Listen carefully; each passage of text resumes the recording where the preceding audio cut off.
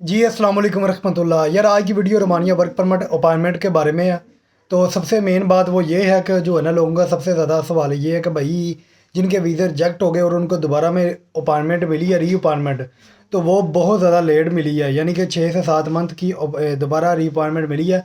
तो उसके ऊपर हमें बताएं कि ये क्या ये वापस आएगी कि नहीं आएगी।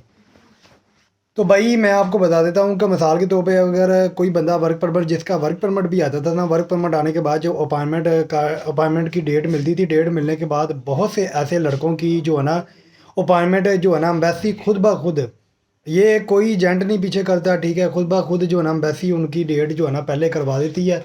लेकिन इस डेट का पहले करवाने पहले एम्बेसी करती है, ठीक है।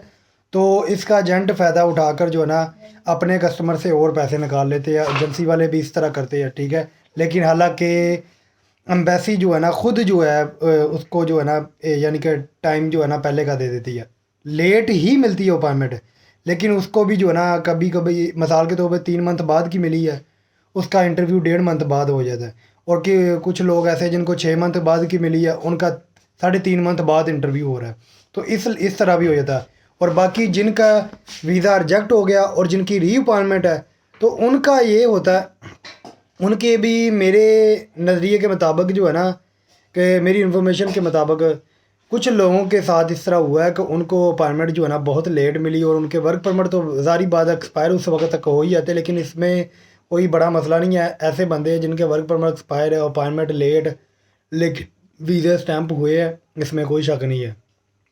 तो लिहाजा अगर आपका जो है ना आपको री अपॉइंटमेंट मिली है, लेट मिली है, तो आप थोड़ा सब्र कर लें, उसके ऊपर आप इंटरव्यू दें। इंशाल्लाह उम्मीद है कि आपका भी वीज़ा स्टैंप होगा अल्लाह के हुक्म से।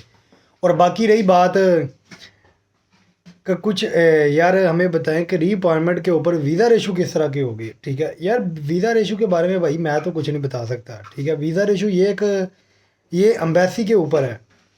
अभी जो वीज़ा रेशो चल रही है बहुत ज़बरदस्त चल रही है और उम्मीद करते हैं आगे भी इस तरह ही होगी इंशाल्लाह। तो जब आपका इंटरव्यू होगा तो इंटरव्यू के ये डिपेंड करता है उस वक्त की वीज़ा रेशो। अगर उस वक्त की वीज़ा रेशो अच्छी है तो आपका वीज़ा स्टैंप हो जाएगा।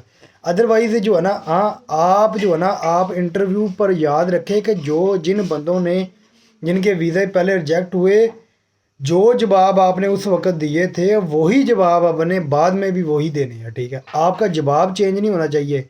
उनको ये साबित नहीं होना चाहिए कि आप झूठ बोल रहे हैं, यानी कि पिछली दफ़ा आप कुछ और बोल रहे थे, इस दफ़ा आप कुछ और बोल रहे हैं, क्योंकि आपकी री अपॉइंटमेंट है, आप दोबारा इंटरव्यू दे रहे हैं।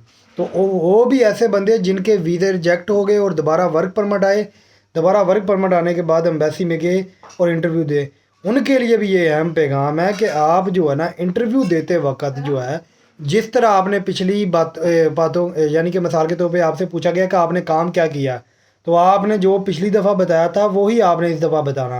और आपने एक्सपीरियंस के बारे में जो पिछली दफ़ा बताया था वो भी इस दफ़ा बताना है। और आपने अपनी तलीम या स्टडी के बारे में आपने जो पिछली दफ़ा बताया था वो भी इस दफ़ा भी यही बोलना है। आपके जवाब चेंज नहीं होने चाहिए। अगर जवाब चेंज हो गए, उनके पास सारा रिकॉर्ड होता है, उस बिहाफ पर जो है ना लोगों के वीज़े भी रिजेक्ट हुए। बाकी उम्मीद है कि आपको मेरी बात समझ आ गई होगी। बाकी अपना ख्याल रखें, दुआ में याद रखें। आज का सवाल जो है ना वो क्लियर हो गया। अस्सलाम वालेकुम रहमतुल्लाह।